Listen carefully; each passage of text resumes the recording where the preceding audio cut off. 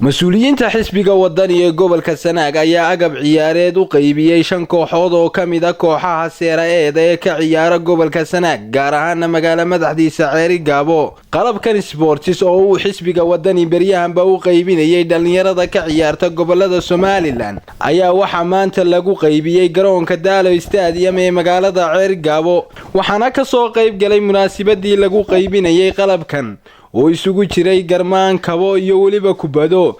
gudoomiyaha xisbiga wadani ee gobolka Sanaag, isuduwaha wasaaradda ciyaaraha ee gobolka Sanaag, gudoomiyaha jaamacadda Sanaag University, gudoomiyaha ku-xigeenka iyo xogayaha xisbiga wadani iyo qaar kamid ah bahda ciyaaraha ee degmada Ceeri Gaabo.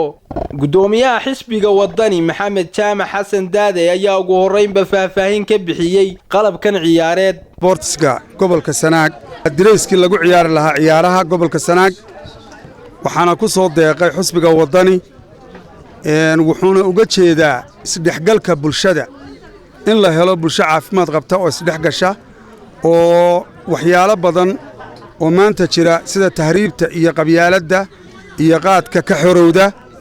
marka maaha wax weyn oo maaragtay runtii lagu faani karo, laakiin waa soo wadnaa insha Allah bidmillaahi kariim.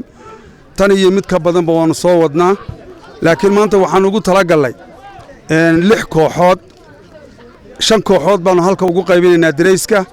insha Allah kuwa kale ee gobolka matali doona ee u bixi doona ciyaaraha kalena ciyaaraha u bixi doona xaqaana waanu ka hawlgeli doonaa. waxaanu kaloo insha Allah ka hawlgeli doonaa ciyaarta halka ka socota ee 4 kooxood ama 5 isku soo hadheen inaanu koob u keenno iyo miidaaliyaad u keenno oo aanu halka ugu qaybino inta ku guuleysata insha Allah koowaadka iyo labada.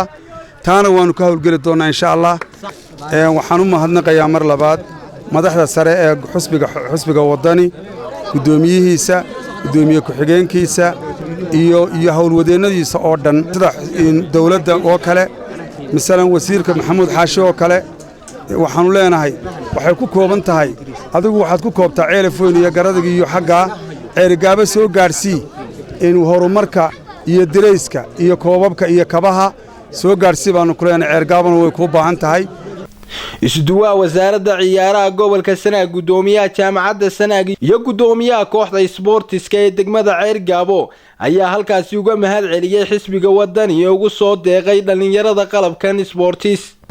ugu horeyn maanta aynu joogno garoonka kubadda cagta ee Daalo Stadium, garoonka ugu weyn caasimadda gobolka Sanaag ee Ceeri Gaabo. waxa qalab ciyaareed nagu guddoonsiiyay oo gacan naga siiyay koob aan qaban doono xisbiga wadani. waanu mahadnaqayaa ugu horeyn xisbiga wadani, gudoomiyaha xisbiga wadani iyo ragga la socda aad iyo aad baan ugu mahadnaqayaa.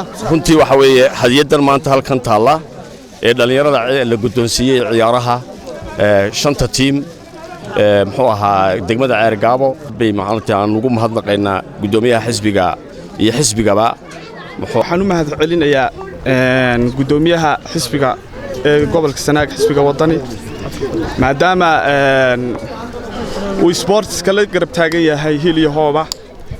waxaan kaloo u mahadnaqaynaa gudoomiyaha xisbiga wadani Cabdiraxmaan Ciro oo ugu talagalay dhalinyarada in ay direysada gobolka kasta laga qaybiyo. gobolka Sanaagna maanta waa kuwan kooxu qaadanayaan. qaar kamid ah dhalinyarada qalabkan ciyaareed la guddoonsiiyay ayaa iyana sidoo kale uga mahad celiyay xisbiga wadani. Cabdiraxmaan Axmed Ilsar, telefishinka caalamiga Star TV, magaalada Ceeri Gaabo.